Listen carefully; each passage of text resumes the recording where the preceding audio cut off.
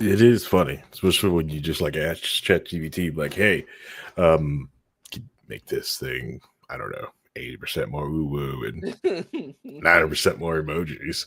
It does the thing. Yeah, yeah, yeah. It's so fucked. Read it through it. It's It's funny. so fucked. It's hilarious. It's so fucked. Yeah, at the same time, you know. Yeah, Nvidia's took a dump today on AI stuff, so that'll be fun. Oh yeah. Once people like well, it's kind of by design though, you know. That's the main reason that they made sure they, you know, launched a competitor AI platform. But it was all gassed up anyway because everyone just kept expecting like, no, it's going to be worthless just because AI is going to be built on NVIDIA card, blah blah blah blah blah.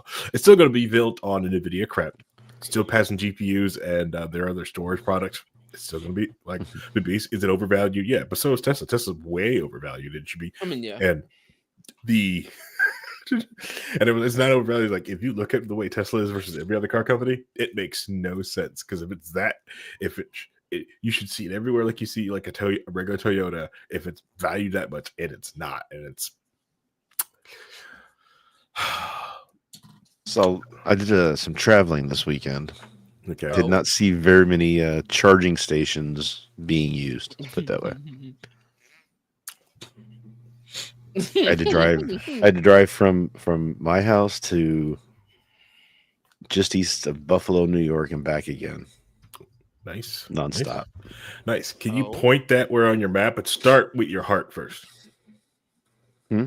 Can you point at where that is on your map? But start where your heart is, though. Like the heart is where you are, and can you like point in the direction of Buffalo with your hand, I please? mean, it's up there. Or why? Yeah, but start with your hand over your heart first. You want me to? Yeah. You want me to pound my heart like this and then point Then point there? Yeah. Just trying to get that on camera, are you? God. No, Send it it's to fine. Nichols. Yep. It's fine. He was just in a place where there was a bunch of sad buffaloes for a little bit, and he came back. It's very sad, cold buffaloes. It's okay. It's okay. We get this more sequels this year. Who's going that sequel? That sequel to the Super Bowl. Sequel Super Bowls. We all love sequels. Now, my favorite comment is that somebody posted that Saquon Barkley, the running back for the Eagles, his birthday's on the Super Bowl, and somebody commented, "It's gonna be great. He gets to watch them three-peat in person on his birthday." Damn. Damn. I don't know about you. If I three-peated, I would probably retire. Like, we're done. Yeah. We're done. Nope. I'm done. I'm gonna play again. I don't need to do this. Nope. I saw Gronk. He's limping. I'm good. I'm getting out of here. I saw Gronk. Oh, man. Oof. Anyways, hello, everybody, and welcome to an exciting new episode of Low Key on the Weird Libertarians Network. My name's Harry, aka the Movie Target, and it's that Monday show. Usually we have a little bit more prep. We get a lot of these giggles stuff like done on backstage, but I had technical issues. My browser, I don't know what I clicked when I updated my browser the other day and clicked and asked me some questions, and I did some things, and it did not want to give up permissions to you. My volume didn't want to give StreamYard any permissions at all. I tell it to let it to use that, but it kept putting the pop. Are you sure you want to give this in your microphone? I'm like, that's awesome that you asking me again, but yes, I actually do want this thing to give. Please, But for real though. But for real though. And then I would do it. Sure. And then it would lock up, and I hit the refresh button. Then it asked me again. I was like, I'm like, if you make me use Edge. He goes by Cope now. Okay. So I had to reboot it and read and make sure and got another update. And after I rebooted it, it's working fine now. It's great. great, it's amazing. But as you guys all know, I don't go solo. I bring a great cast of crew with me, who also has sometimes have technical issues. I got Reinhold, it's I technical issues. I am a walking technical issue. Yep. Ticket Walking, Slayer. talking, breathing occasionally. Technical issue. Ticket Slayer. In fact, I'm still alive. Proves that, right? It's okay. It's okay. I had to figure out how to keep the energy beam from being sucked out of me, so I had to make some changes. So that's good. That's good. Well, sound like you watched Section 31. That's great. All right. I don't know what Section 31 is, but okay. Oh, good. Keep it that way. Just go watch Picard. Just go watch Picard. It's more Star Trek. Just go watch Picard. That's my problem. Is I watched the worst part of Picard, and I haven't gone back to anything. Man, you know how imagine the worst part of the Picard series, and imagine someone did that for a movie. You know, with the bad accents, that one, the overacting. Yeah, stretch that out for the storyline that starts off pretty good, and then halfway through goes, yeah, screw it, we're just giving up, and they just give up and just make it the most this horrible writing I've ever seen in like the last 3 episodes. Yes. That's what I'm. Yes, with someone with an Oscar. Yes. and yeah. Anyways, it was I just got a movie. Yeah, I just watched the Angry Joe review on it, and he wanted to give it a 0, but he's like, it's technically a movie, so I can't give it a 0. Things were 0.01. There was a beginning, a middle, and an end. None of it was satisfying, so it's technically a movie. Yeah, that laugh, the famous laugh of the network, which always in the description is the giggles. Let's go, Vincent. Say hi. Hey everyone, I'm here once again. Yeah, as per usual. Oof. We're all like just feeling like we want to be here so bad, don't we? Well, there's like a lot of things to bring up and talk about, but we all wondering like which because we really there's a widespread like shotgun blast of things to talk about. Right, that happens. That's even the last time we recorded. Theme stuff we've missed, and like even this last week, like all this other junk is happening. Right, like the even the idea that like the United States government might get 50% of TikTok, but who cares?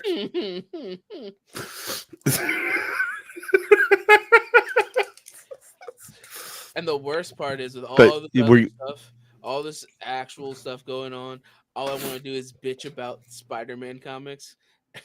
That's all I want to do. Well, that's the fun thing about having the U.S. government own part of TikTok, because we're doing that to fight socialism, right? By owning companies. That's how we're going to do it. We're going to own companies, and that way we can fight socialism. China isn't a socialist country.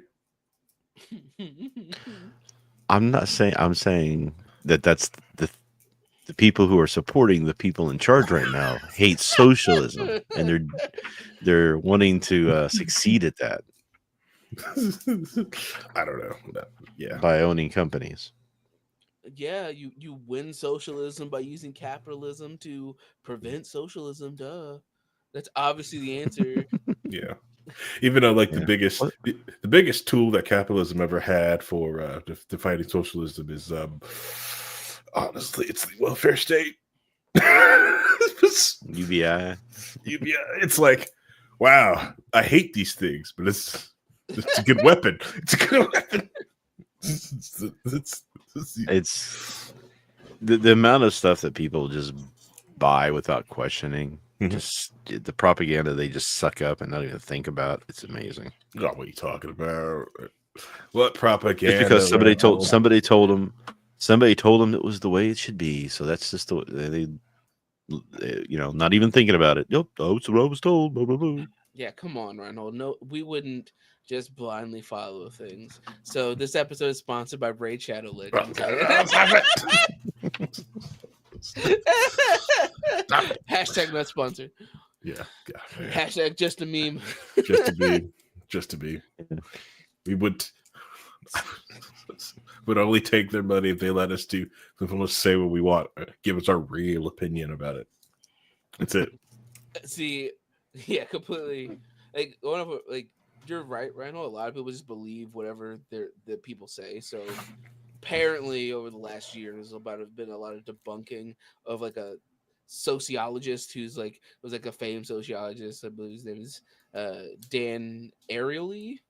He wrote a book about like people like behavioral economics and how people are irrational, and like he had a book called like the rational irrational or something. And then people actually started like people just blindly believed him, made him a big bestseller, and people started looking at the data as like, this don't make no fucking sense, bro. none of this works at all. And like even the spreadsheet for some of the data, half of the numbers are in a different font, and they're literally randomly inputted numbers to connect with what they were putting on to try to give him his points to explain what he's talking about when they didn't have that at all. It was over something stupid like people are willing to be more honest if they have to sign an honesty agreement at the beginning instead of at the end. Yes, that makes total sense. And when you actually look at the numbers, it's like actually they're more honest afterward. Like if you sign it at the end, it's like the differentiation isn't that big of a deal. Your whole paper is false. Yeah, consider the type of person that would actually sign an honestly pledge. Well, there was another famous person who's had a lot of papers in place, and she had been doing all the studies, and somebody determined these professors at this one school determined that she was making it all up, and they exposed her, and then she sued them for defamation. It's an interesting story, and the suits go ongoing right now, and it's getting thrown out, I think. So it's just hilarious to some of these people just like, man, like Naomi Wolf just gets away with murder. I mean, she writes the most insane nonsense, but because she started as a feminist writer, everybody's like, oh, we just believe what she says, or, you know. And it's like, no, she's insane, guys. Seriously, the most insane stuff you've ever read, she's writing out there now. Like there was something about, what was it the other day? She was saying something about how we're under attack from China right now. They set the fires in LA. And it's what? Like, what? No, she says it makes complete sense. China's the one they're attacking us with their weapons, their space weapons. That's what the balloon was that we shot down. They're using those weapons like that. They started the fire. It's obvious. I don't know why anybody doesn't see it. And I'm like, wow. Can someone do a wellness check on this woman? Can we just be happy that, you know, at least she didn't attach this to like a religious ethnic group? I know that's a low bar, right, Ho? But in this year, well, I think she's probably got it all tied. I think she has it all tied in there in some way. When I was reading through this, I read through this article she wrote, and I'm just like, this is every bad conspiracy theory ever combined into one huge mess of just what the fuck are you talking about? And people are just like, she's got thousands. I just need to start doing that, apparently, because that's how you make money in this day and age. Because she's got hundreds of thousands of followers, millions of people watching her and stuff. And I went through her, you know, what's it called now? Where we do the writing. I've got one, it's escaping me for some reason, but you know where the journals and stuff are at, and you can have like members there, and she's got all these people paying her money, and I'm sitting there, I can't get hardly 5 people to follow me. Not Medium. What the heck? Substack. Yeah, it's Substack. That's it. Yeah. So I've got a Substack, right? Yeah. And I've got 5 followers, maybe something like that. They read anything I write on there. I get notified of it. And I put something out wrote something a couple months ago that was really interesting and inflammatory on the libertarian side of things. And I posted it everywhere, trying to get people to pay, to go see it. I think I had like 80 people at the most. Yeah. And she writes this complete garbage nonsense. And she's got thousands and thousands of people joining her Substack and paying her money. And I'm like, I'm just doing it wrong. I just need to just come up with the craziest nonsense and just get a following that way. Yep. It's the only thing that works these days. Sensationalism plus a being able to call to power, because she's done this for a long time. She's been doing this for a long time, so she must know what she's talking about. Even though a lot of it's not true, but that's what a lot of people fall into. And we are talking about like the feminist scholar Naomi Wolf, right? That Naomi Wolf, That right? Naomi Wolf. Mm-hmm. So I knew she was crazy, like a little off. But, Oh, she went full on just psychotic. And then people are going back and looking at her earlier stuff that she did that got her famous as being like in the feminist space and going, there's a lot of issues here with what you were writing that we never really kind of caught on to before. Maybe you were wrong on a few things. I go watch the talk between Naomi Wolf and Karen Strong at Liberty Forum, like 10 plus years ago. Yeah. Watch Karen Strong come down from Canada since we're taking care of some kids and lay the smack down. Which, Karen admitted, like, her talk was like, yeah, my title's inflammatory. I just did that to get attention, because she said like feminism is just socialism and panties, and she's like, it's like, yeah, it's inflammatory. Just get people to watch. It's neat. It's a neat talk. Yeah. And then Carla Garrica there, nervous laughter the whole time.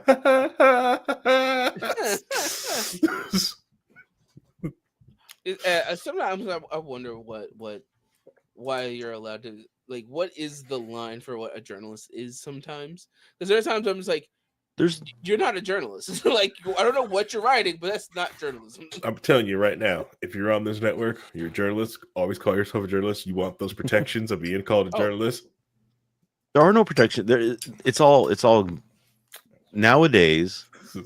Journalism takes place on X. You know this, right? No, it doesn't.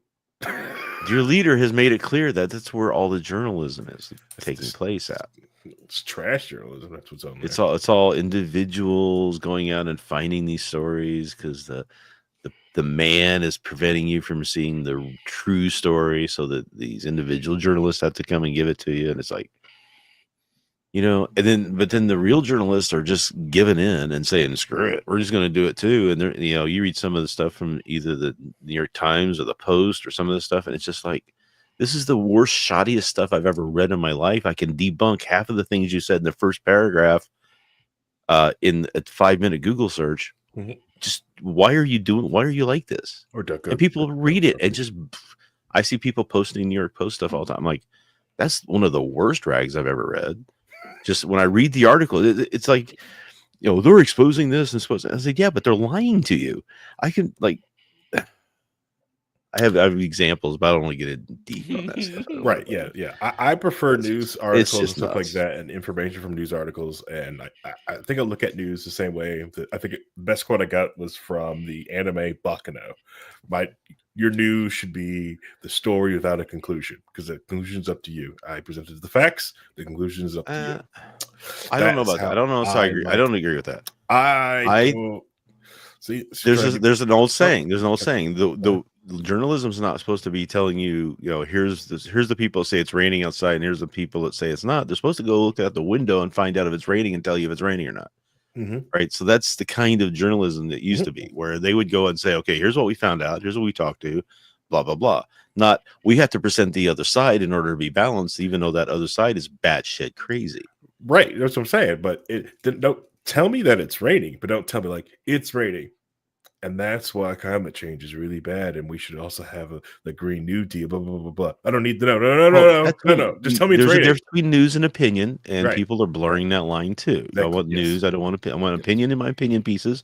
I want news in my news pieces, and quit mixing them. Correct. Yeah, the 24-hour news cycle has it's blurred the lines heavily on the idea of like of news and opinion, because the I'm going to say like even like the local like WIBC's opinion journalists are garbage and trash. You know, even friend of the show, Rob Kendall. Side note, newsroom, the news they report is accurate. When they take the opinion out of it, it's accurate news and some great news stories that they have. But the opinion, yes. Side note, I decided to listen to the radio recently, because I had let my free subscription for Sirius lapse because I'm not paying that. And I usually listen to podcasts or music or whatever. But I'm like, I'll just turn on the radio. What's we got? And there's like no talk stuff anymore. You get like either news or you have to go to WIBC and listen to Nigel and Hammer in the afternoon, whatever. Yeah. I turn on the Nigel and Hammer or whatever, and I get 5 minutes of commercials. They come back from commercial, spend 5 minutes talking about their merch and the trip that they're doing and stuff like that. Then go to weather, it wasn't weather, it was news or traffic on the and they come back and say, okay, now we'll be back after this message, and then there's another 5 minutes of commercials. I listened for 15 minutes and didn't hear one goddamn thing on there. You're very fortunate. Like, why the hell am I at this radio on? Very fortunate. Yeah. I stopped listening to them several months ago because I couldn't stand their transphobia. It was just too palpable. Like I could get that's right way. But then it was like, you know what? It's just too much. It's seething. This is seething. You know, like if it was, it's like it would be like how can I put it? Like it's it was just punching me in the face, and I couldn't take it anymore. And then, it's how they get viewers now, it's listeners now, because they know there are people who are looking for that sort of thing. Yeah. We've given people free reign to be bullies again. And they're jumping on the chance because they know that there's a market out there for bullies. Right. We've reintroduced bully culture. And I said something about this a year ago, and people are like, no, that's not true. Blah, blah, it's not happening. And I'm like, yeah, it is. Go look. I mean, it's obvious what's happening out there, and no one wants to see it. So it's like we're at the beginning of Revenge of the Nerds 2, when the bullies come back in charge, and everybody's all glad about it. Right. And then they have to fight it again. So yeah, we got to do this again. I thought we beat this last time, but no, it's, you know, I seen comments in our group chat that, you know, oh, you people aren't hard enough or tough enough. I'm like, that's supposed to be. First of all, this person is the softest piece of wall marshmallow I've ever seen in my life. But anyway, thinking that he's hard because he talks down to people. Right. And acts like a bully. And I'm like, most bullies are some of the softest pieces of it that exists, and they're overcompensating for that. And I can't do that anymore. I can't be around that kind of mentality and that limited thinking that they just regurgitate the same nonsense propaganda that they hear that makes them feel good. About being bad, and then turn around and just try to bully over other people. You have to be the most unthinking person in the world to fall for that. And when I'm around that, it sucks all the energy out of me. And I just can't be around that anymore. Yeah, I get it. Yeah. A lot of people have been like, it is. I know. I dealt with enough of this shit in high school. I don't need it again. It's enough PTSD for me. Well, yeah, because you can't even argue with me. I think like Niece was talking about like there's no argument. Yeah, they don't have an argument. They don't have arguments. They just have weird talking points. And when you try to explain anything to them and point them what they're talking about, they go like they'll straw man the crap out of you. You know, it's like dude, what? And then you try to explain like, listen, like most people in this room have like, we're all losers here. Okay, why are you acting like this? You know. But anyways, No, It's not doing it anymore. it's an issue because it also makes it so it's a lot harder to find the good faith arguments when people aren't willing to take arguments in good faith. They just assume the worst on both ends. You know, Right. Yeah. you could, if you're deep into this dark, weird talking point rabbit hole, if somebody has a good faith argument, you just go la la la la la. I'm not listening. Yes. Because that means I have to question what I'm thinking, and I don't want to do that. It's easier just to be mean and say what it's their fault because they're different and I'm not, and I want to feel accepted by the culture. Yep. Just like somebody like the early reviews of Section 31, that new Star Trek movie. A lot of them like it's like okay and stuff until like, collectively everyone's like, no, this is trash. This is awful. No, You know. better example: Dragon Age Veilguard when it came out. All the journalists was like, "Oh, it's a return to form for BioWare. It's exactly what everybody wanted. Turn to form. This is the like almost all of them said it was a return to form for BioWare. It's just the RPG everyone wanted, and less than a month later, they go, maybe there were some problems with this game, and it really wasn't a return to form. And now the director of that game no longer works for BioWare, and it sold 50% of what they aim for it to sell since its release. I mean, man. So once I found out. Once the collective says it's okay to not like it, people are more willing to just say their opinions. Yeah. Ronald? No, I was gonna say, so we play shooters, and we were doing Marvel recently, and I'm wondering why why I'm hearing about this one shooter from outside of this group. Like, it seems like it would be perfect for you, for everybody. Which shooter? Sternova? Nope. What? Sternova.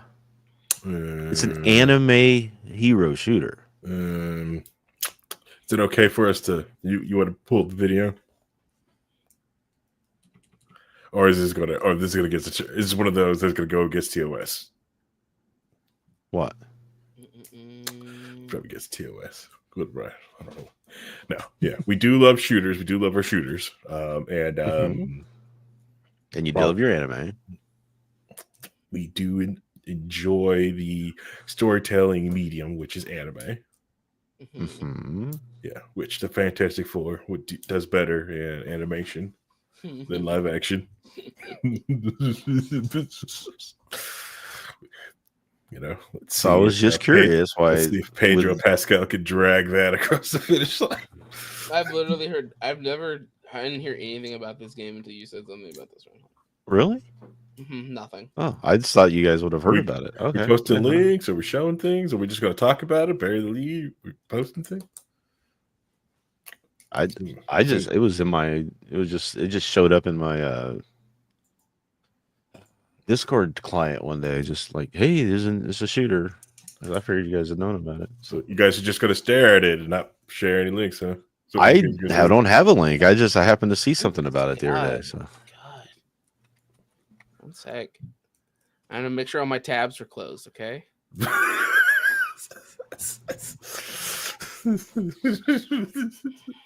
I bet.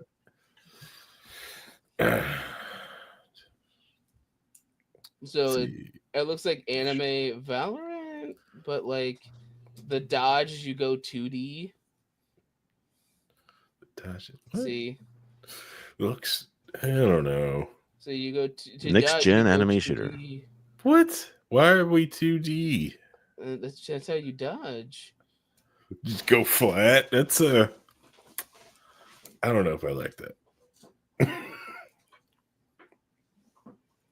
Seems like a gotcha game.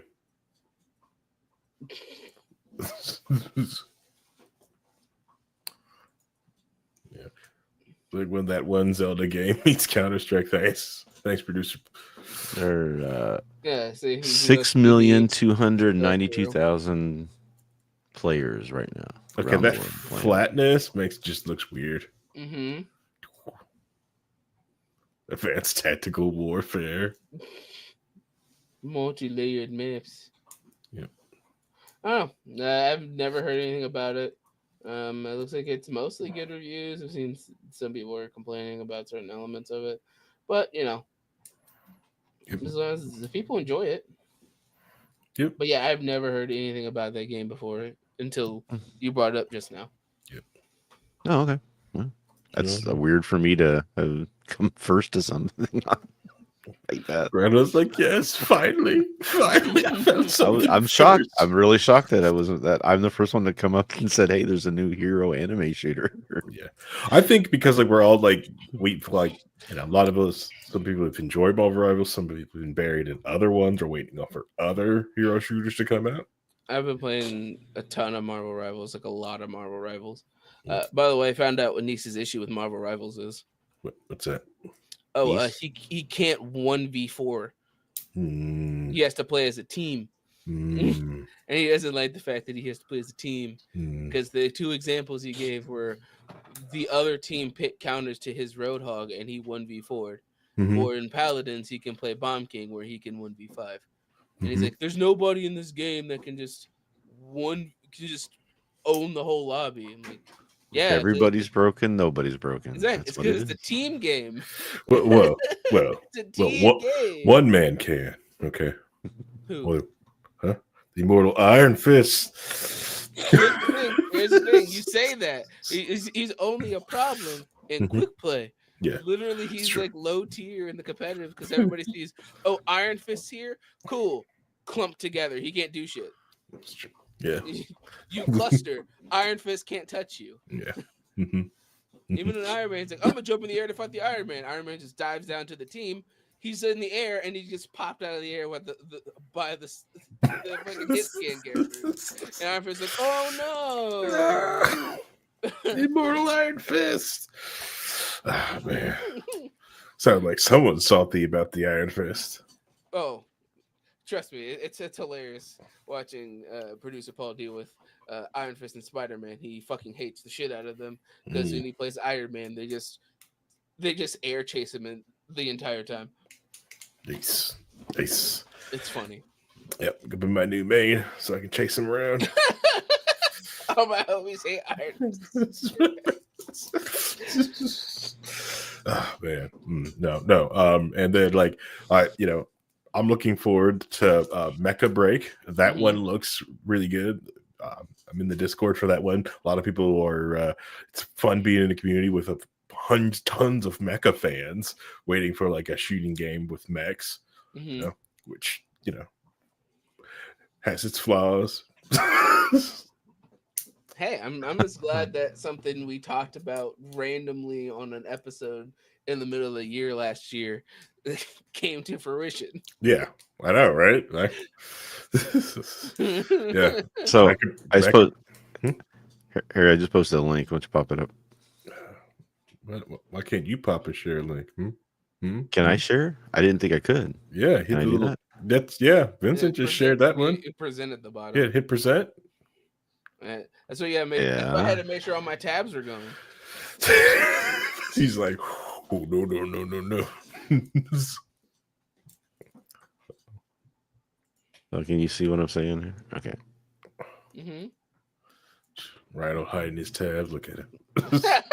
Coward. Cropped the tab. Coward. This is a list of all the characters. All right. There's one male. You don't know that. There's two, maybe three. You still don't know that. Yeah, we don't know. You don't know. If, I'm assuming gender roles, but I'm just saying. You don't know that because Kokona, sus. Yvette, sus. I mean, Audrey, sus. They're definitely anime characters. I mean, there's Vincent's wife. Scroll back down. Scroll all the way down. Where's that? All the way down. Keep going. Right there. All right. It's got the cards. I'm gonna make a name for myself out here. Initiator.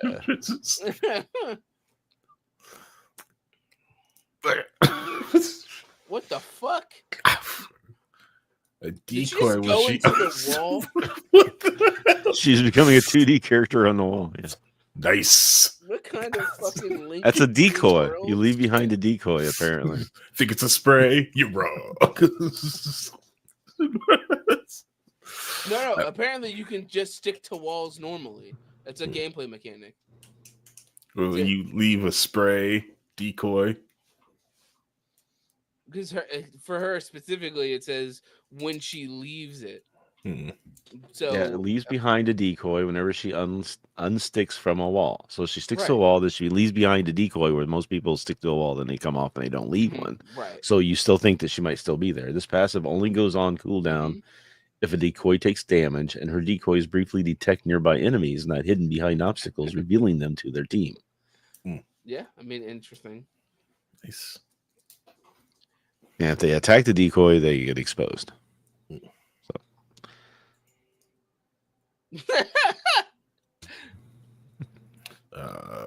Iskili A's says, I think Ryan Holmes suggested we try it. He wants to immerse in waifu culture. No, if you go back to the character select screen, all the list of the characters around home. If you scroll down to the green haired dude, who's obviously the victor. Yeah, no, he's probably Rhino's gonna play him. He's gonna be the victor character. He's got the shotgun. Yep. He's got dirty bomb flashbacks. I don't know about this 2D flatness thing. It just weirds me out.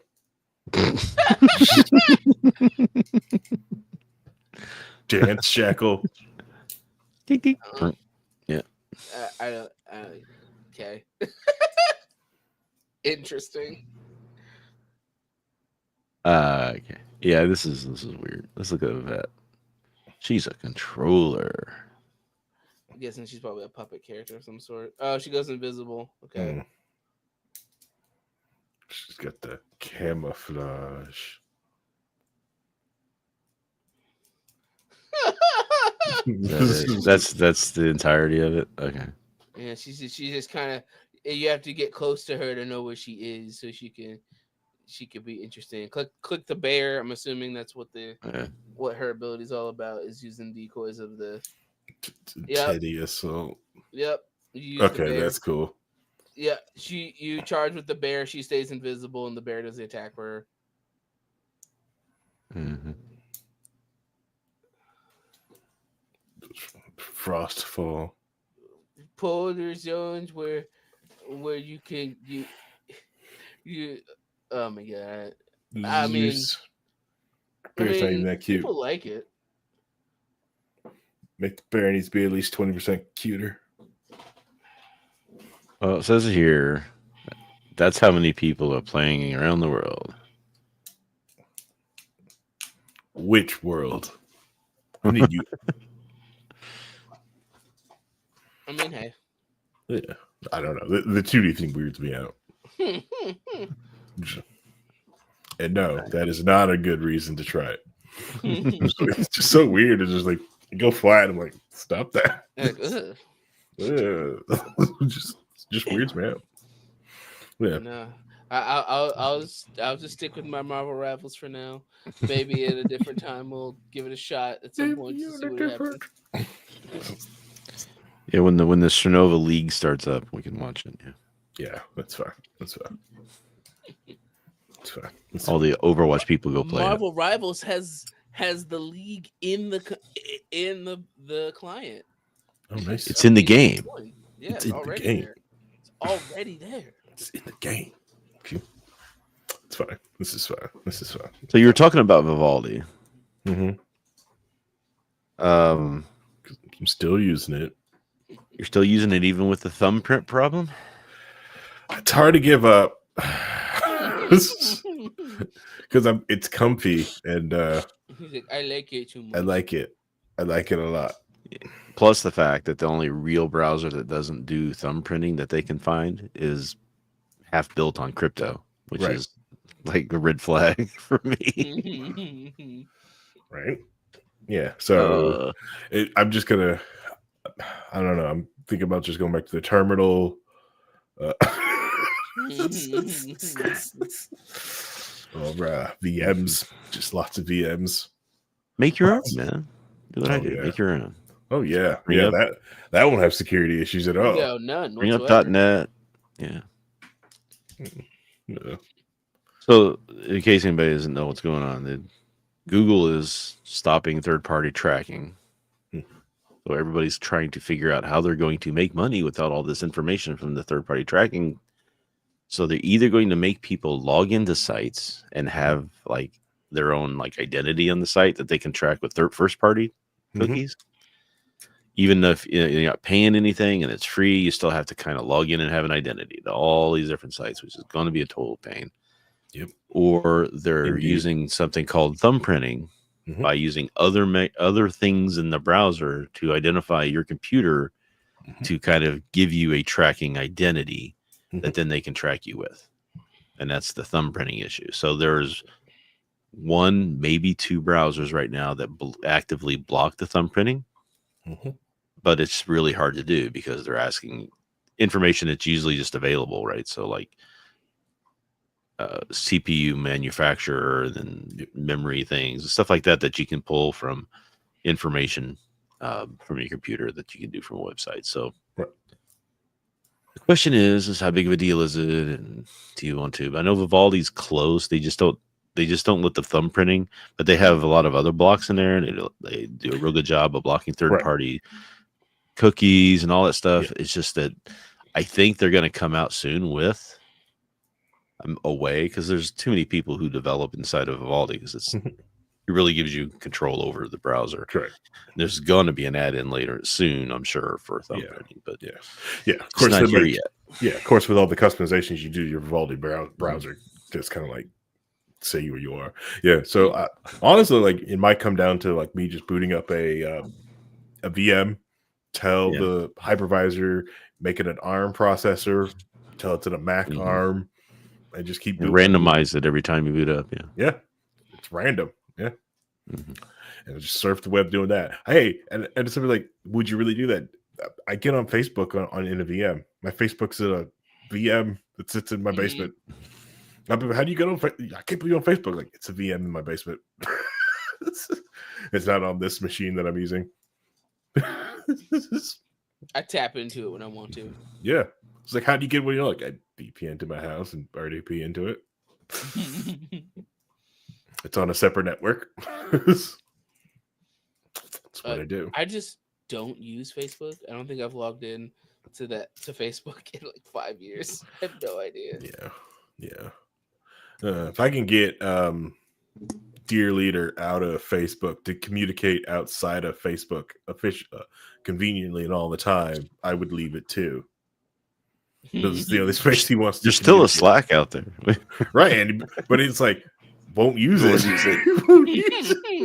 I said something about it the other day, and he's like, "Oh, no, we don't use that. Nobody said it. We haven't said anything in that it's channel like for you 3 years now. But you won't go to it, that's what. And we try to like use Discord. Like, I don't know why you won't come to the Discord. It's just so annoying.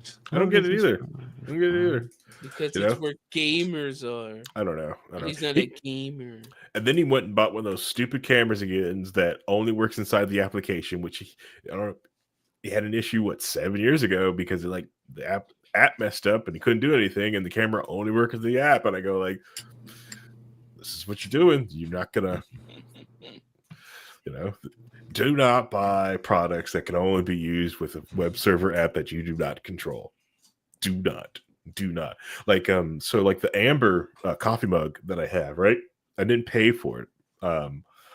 The new privacy documents on it they just updated the privacy documents on it, and they're talking about how it wants to start collecting information from the app of what other apps are on my device.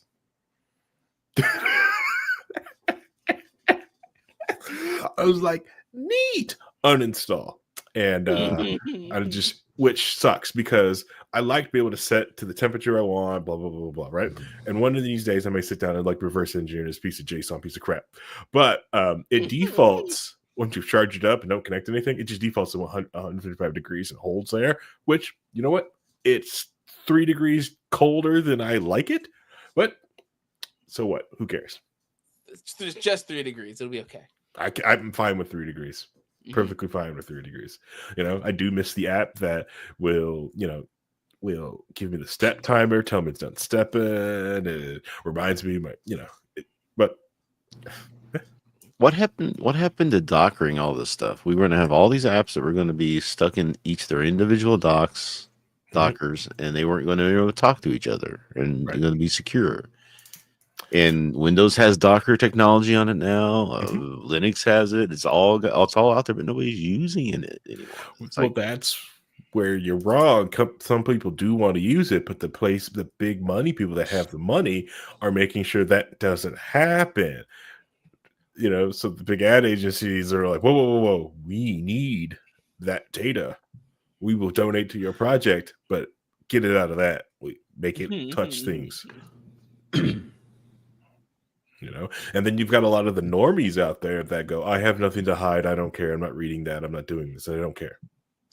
Would people be willing to voluntarily opt in to a anonymized tracking service system if it meant that they could get away and start doing this stuff that actually protects themselves? I mean, if it's truly randomized to where it's not tracking you specifically, they can't track you from site to site to site. They just know that there's a guy here that does this stuff. I wonder if people would be okay with that, and then we could have some of this other stuff that would help protect us from all the other stuff that's going on out there. It'll probably be a small minority of people who would actually do it, mostly because it's depending on how you implement it, it would just be considered inconvenient. I mean, it's the basics. Other people wouldn't care. There's like, why would I care? It's the basis of how Google does it, but Google is supposed to be anonymized, but it's technically not anonymized as much as they like to tell you it is. But I mean, really good anonymized data would be, if we're willing to just put up with that. Right. That's kind of like what we did with, cable. We didn't want cable. We wanted a la carte. Now we've got a la carte and everybody's whining about it. So who knows? A couple of several things that people could do, which, might be a project series that we just do one thing of these a month, is like doing things to help people out. To be perfectly honest, if you have a random computer sitting in your house, not doing anything, an old laptop and some storage, dude, running your own DNS cache at your house is an amazing way to help with your privacy. This way, when you've pulled it from whatever DNS server out there locally, out there on the web, and now you can store it locally. Now, every time you go to that website, you just go directly there. You don't have to, you're not going out to anyone's like DNS out there on the web. Just go your own. Yeah. Well, I mean, I've got VMware Workstation with like 8 different servers running on it. One of them's a DNS server, so I do all that with caching. But still running VMware, huh? Wish I had that money. Hey, VMware's free. What are you talking about? VMware Workstation is free. I bought it, and then they go, "Oh, by the way, it's free now." I'm like, "Well, screw you. I bought it."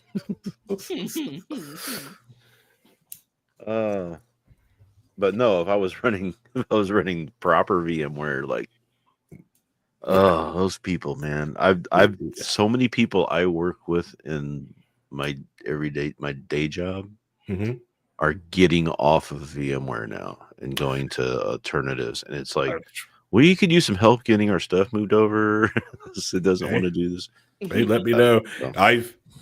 I have practiced doing it. I moved all my stuff from I tested it two of them out because of the Blade server. I tried out Hyper-V and Proxmox, and Hyper-V super easy from VMware, and so is Proxmox. I think the easiest is Proxmox right now, but if you could pay for Hyper-V, that little edge doesn't matter. Yeah, so a lot of people going to Nutanix right now. That's fine. That's fine. Just because Nutanix has a lot of the same features and everything else that correct, yeah, they want, and it's got proper. You've got support, from Nutanix versus Proxmox, yeah. But Hyper-V is still amazing. Windows hasn't screwed that one up, make you pay extra with Copilot and Hyper-V yet. Yeah, well, they do a nice thing with Hyper-V where you get licensing for the OS if you like. If you're running on a Windows server and you're running Hyper-V, you can run 4 OSs inside of there for free. Mm-hmm. And it's like, and if you get the Hyper-V, or if you're running Windows data center server, you can run as many as you want. No OS licensing cost on all of those. That's a big deal. Yep. Just I am a big proponent of Microsoft, but I don't know if Hyper-V is the answer. I don't know. I think Reinhold knows There's some issues. I don't know. Hey, I just want to see what was easier. I went to Proxmox because I figured if I'm going to learn something, I'm going to go back to open source. If I'm going to learn something new, Well, Hyper-V is fine unless you're doing some specific type of clustering, data warehousing stuff, and then it gets a little tricky. But yeah, it was one of the first one. I mean, Hyper-V when it first came out was a virtual server at the time. It wasn't Hyper-V. It wasn't called Hyper-V. And it was a really nice idea because a lot of people, what they were doing was they'd have remote locations. You have a company who have like 35 warehouses or 150 stores or something like that. And they'd be putting a server out there running Active Directory on it, and then DNS on it, and DHCP on it. They'd put this on it. They'd put the file server on it. They'd put print server on it. And now you've got all these servers, all these services tied to the same box. You go to update your AD server because you want to go to the newer OS versions, and then all this other stuff doesn't work.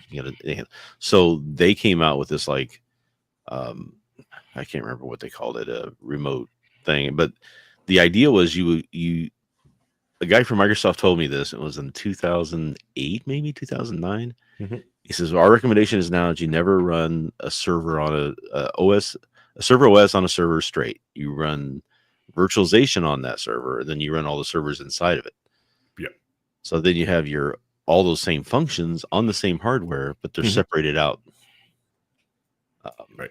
And you're not wasting resources, and you can update as you need to, and they're separate. And because there's security you have to lower on your Active Directory servers. If you put like DHCP or if you put some file services on it, you have to lower your security on that. And it's a vector for attack. So keeping that stuff separate is always a good idea. So they were the first ones to come up that I remember coming out with that sort of thing. And that's when VMware came into play after that to kind of compete with them. Nice. But yeah, which is weird. The original, but their original implementations though was like a 20% overhead. And when they came out 2008, that's when they said they figured it out and got down to 2% overhead, maybe 2 to 1% overhead by running virtualization. So that helped out. And then the chip makers started putting the virtualizations inside the chips a lot better, and it made it a lot. So now it's just no brainers to these days. So right, yeah. Get a server, no matter like this thing is just going to do this. Doesn't matter. Load it on there. Yeah, because I think my box that runs Snort, my Snort box. Yeah, it's got Proxmox underneath it and Snort sitting on top. I thought about just running Snort pure on it, but I was like, no, because if anything like happens, it'd be so much easier to recover, update, fix this thing if I've got a hypervisor on it, especially to back it up. I used to get laptop, right? So they used to give everybody laptops. They could work, from home, remotely, whatever on the road. And I get to a point where it's like, okay, I've got 3 big monitors, but you're wanting me to work on this little laptop monitor. So I could plug maybe one of my monitors into a docking station. It was just a pain. And then somehow they said, well, we could just do a VDI, right? So now I just log into my VDI, do all my work. I don't have to worry about being connected to my Active Directory every 30 days or whatever, or I lose connection to trusts and all that stuff. Then they can't manage I just log into the VDI. It's in-house. It's on the network. It's in the domain. Everything works. And this last week, they were like, hey, we're upgrading into Windows 11. Here's your new VDI. Go for it. That's how easy it is. And all my stuff is in OneDrive, and all my stuff saved to the network, and it's backed up. I don't lose anything that way. Yep. So that's the way I go now. So It's okay. I've got Of end course. users who save things to the desktop and ask, like, why isn't this backed up? Because it's saved. You put it on your desktop. I got this cool file thing right here. And it's like, That's what GPOs are for, to say that they can't do that. You can block see, that, so it only can I save it to can't their do OneDrive. that. I can't do that on that function to be able to do that. I wish I could. So I'm going to use beer instead. But yeah. Oh man, we talked about so Vincent. It's like, man, they said a lot of words, a lot of things that if you don't know what they're talking about, sounds vaguely inappropriate. Yeah. So Vincent, what's your deal right now?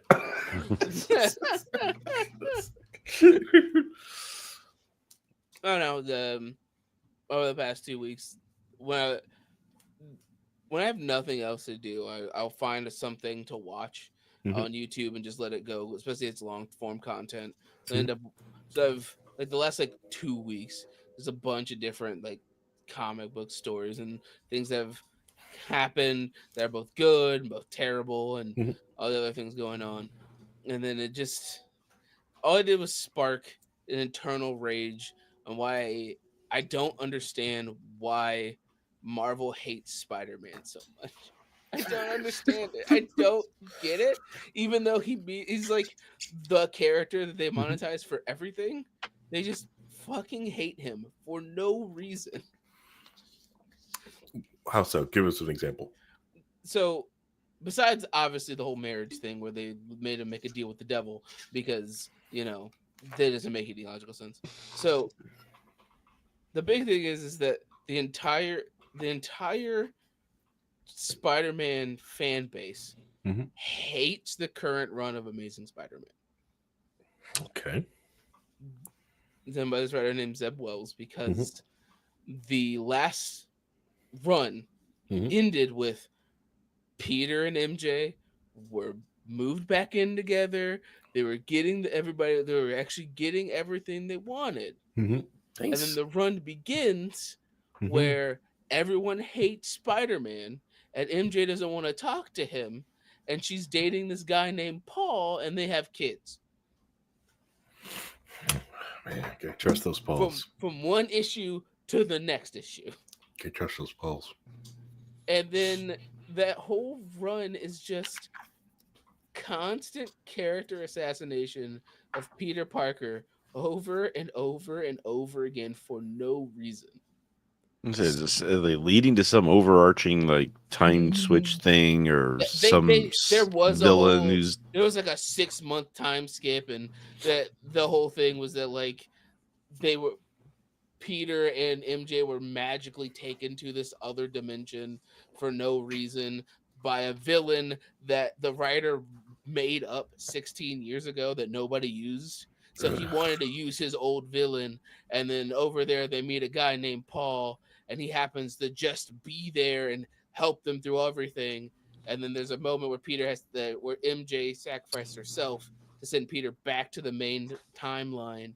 And because time flows differently over there, they were apart for 4 months. And then she decided that, well, I don't want to be with Peter anymore. I'm gonna be with this guy named Paul.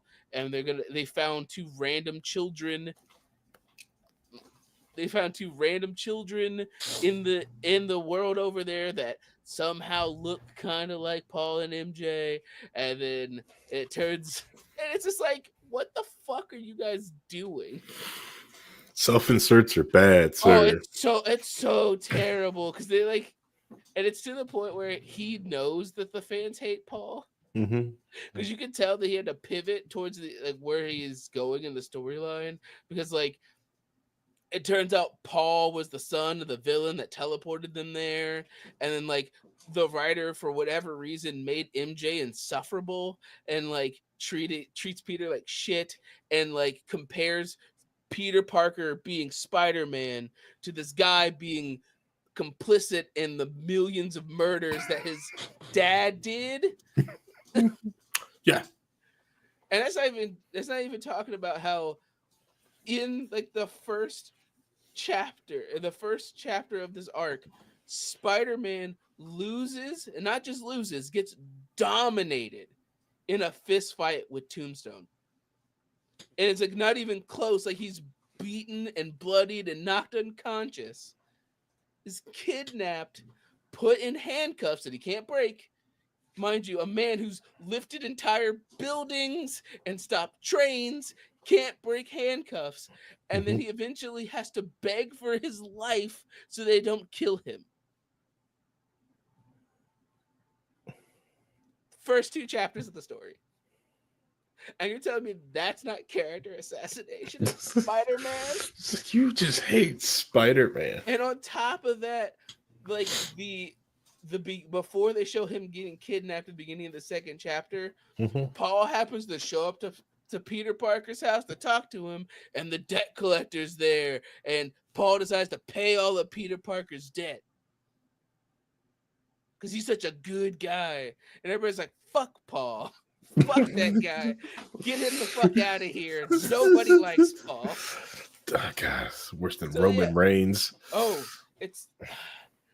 You have no idea. But yeah, no, they just constantly... That entire run is just Spider-Man looking weak and sucks. And he spends 2 chapters getting his ass beat by the Vulture. No upgrades. Vulture's just mad, and he spends 2 chapters getting his ass beat by the Vulture, and he is saved by Norman Osborn, who got revived. But yeah, he's saved by fucking Norman Osborn. What the hell? And it's like, so there's a reason people fucking hate this run, and then you compare it to the Ultimate Spider-Man, which is the alternate universe they made up. And it's like, well, he became Spider-Man at 30, and he's married to MJ, and he has 2 kids.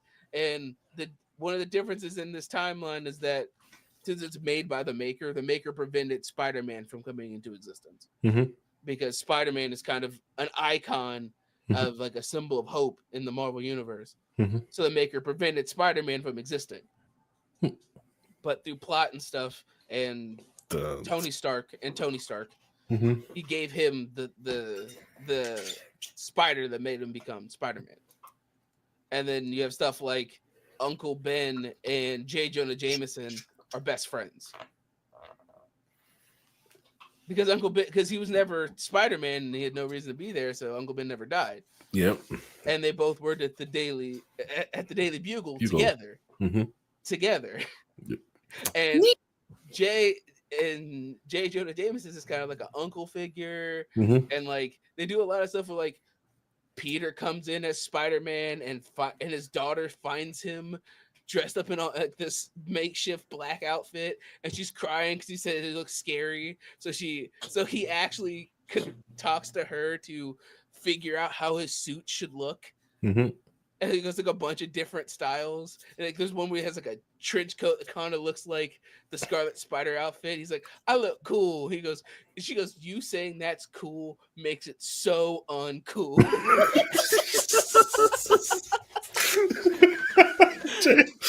Ouch, roasted.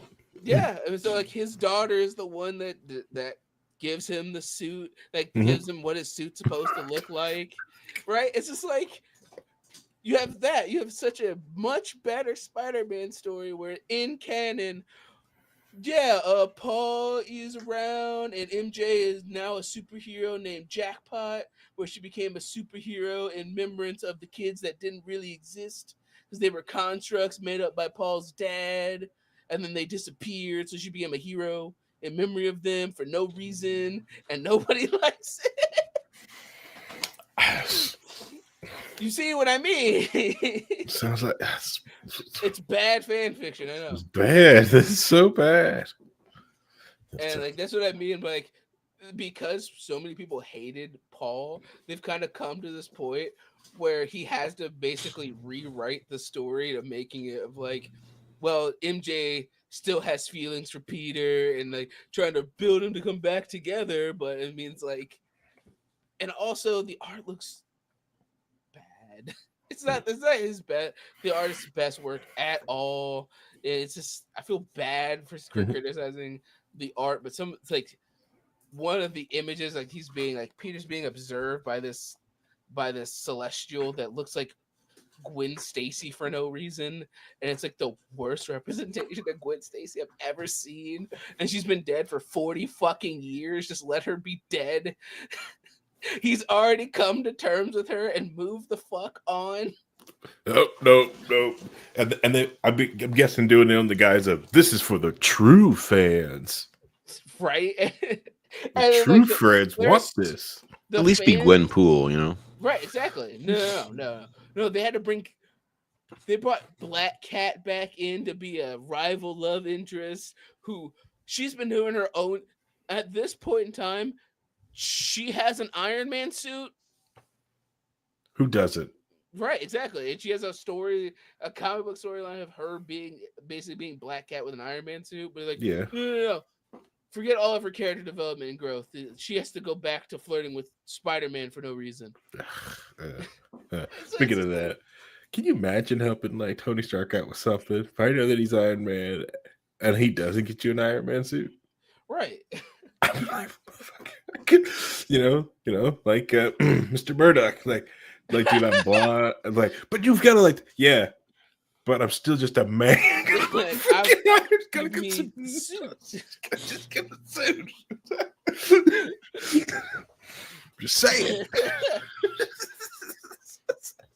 And it's so sad to see how much they've like made MJ into nothing. Mind you, MJ was a successful actress. She's a successful model. She ran Stark Industries for a while.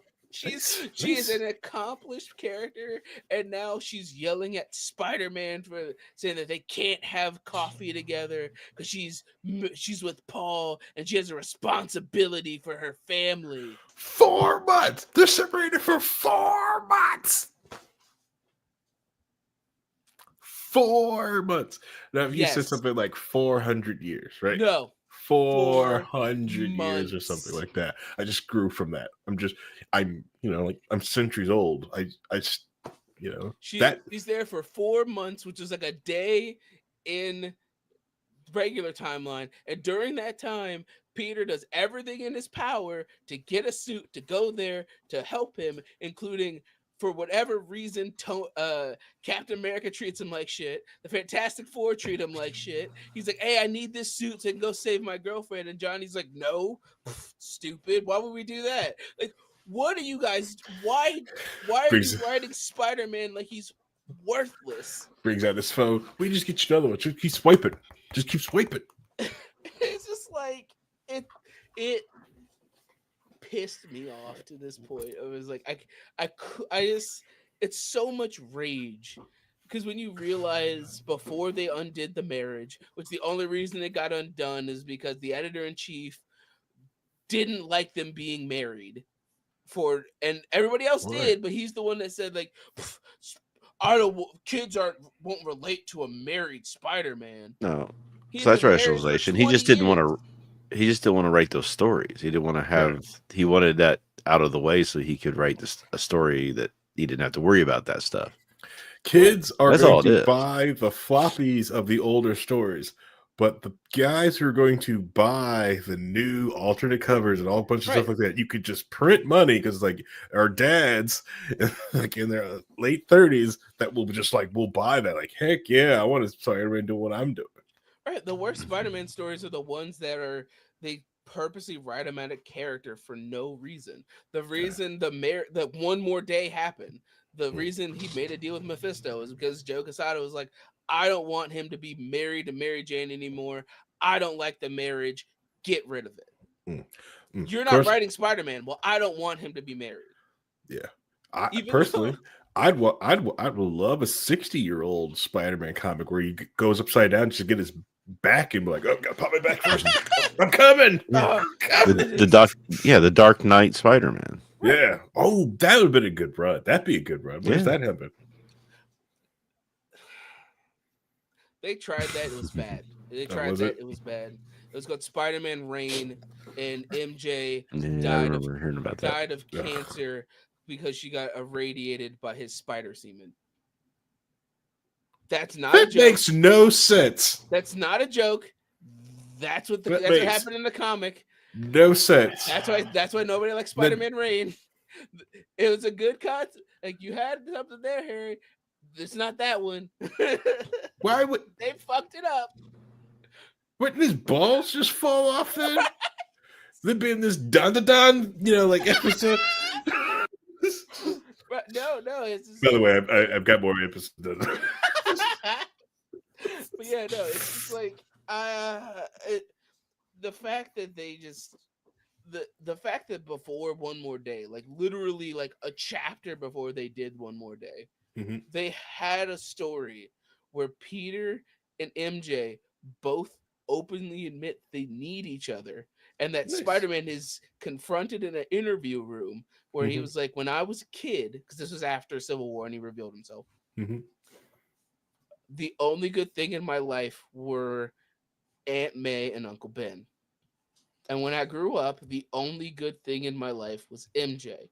So without her, I would have been out fighting every night relentlessly to stop crime. The only reason I didn't do that is because she was at home for me to come back to.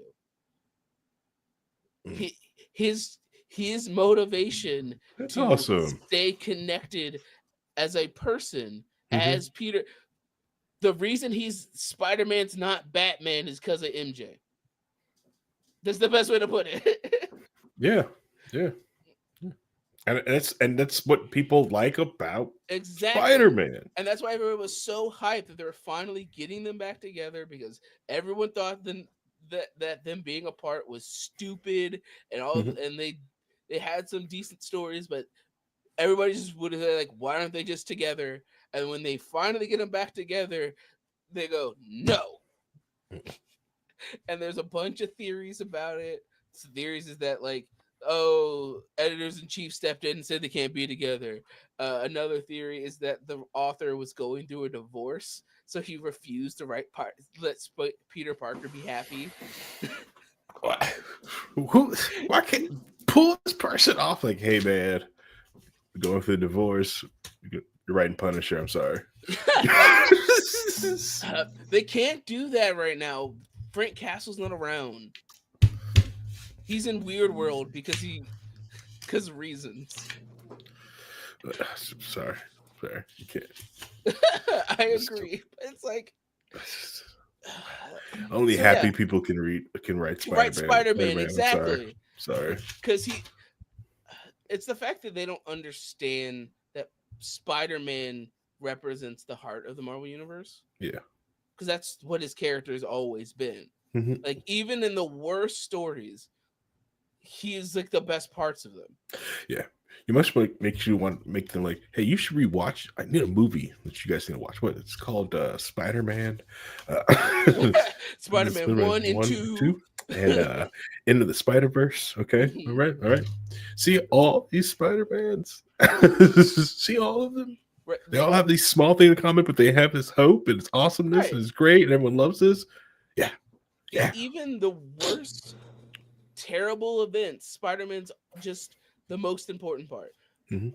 Ultimatum, the Marvel Ultimate Comics, Mhm. where Magneto flips the poles and floods New York, and like a bunch of heroes die for no reason. Mhm. Like a bunch of Ultimate characters die off panel. Like half the X-Men, fucking Magneto kills Charles Xavier, Cyclops kills Magneto, blah, blah, blah.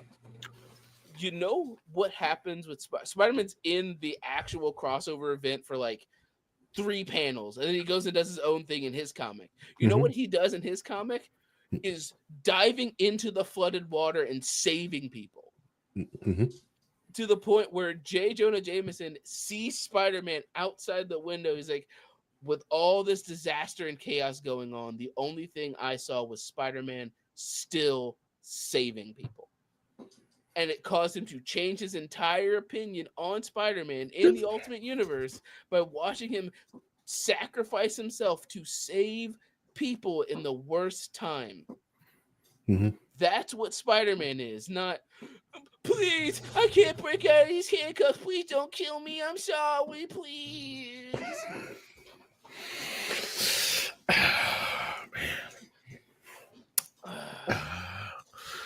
sure the Fantastic Four would save people too, but they're not really equipped for water rescues. The fact that people cheered when the children went away because they weren't real. When people were so happy that the fake children were gone. What's up with Marvel and fake children? Men who don't know how to deal with children. Oh god, is that what it is? Just too many. Let's be honest. Just The only time children work is when it's in the Fantastic Four. Because they're a happy family already, even though Reed's kind of a dick half the time. I don't know, like X-Men kind of okay. Usually, what children in the X-Men are mature and well-adjusted people? anyways, this episode's getting longer than the tooth. Sorry, I wouldn't go and explain to it, but we're cut for time. We are way over time. All right, Cable. Yeah, right, let's just focus on okay. Let's just stop there. Let's stop there. We don't have to go any further. No need to go any further. Once you know what I said, I was like, oh yeah, but oh. You know, when you look at the main cast as kids, that's neat. See, when you watch them grow up, and that's great. And then you realize, oh, oops. Uh-oh. Yeah, no, let's not talk about them having children. No. This is that's the center of the death spiral of X-Men. I was trying to think of a better term to call it, but it is just a death spiral. But no, thanks for everyone who got this far in episode. If you gotten this far, you're a true keyholder. I appreciate you. You could have listened to anything else in the world, but you decided to listen to us, and that we thank you for the 300 of you guys who download this podcast every week. We really do appreciate it. Hoping you guys can come hang out with us live on twitch.tv/wearelibertarians or youtube.com/wearelibertarians. Come hang out with us live. It's fun. This podcast is recorded at 9 p.m. Eastern Standard Time on a Monday. Come hang out with us. Now, granted, we don't record on holidays, so we recorded last week, and but if it's not a holiday and I'm not doing anything, heck yeah, we'll do stuff. Get on here and talk. So I want to thank everyone to coming and hanging out, and see you guys next week. Bye, guys. Seriously, wait.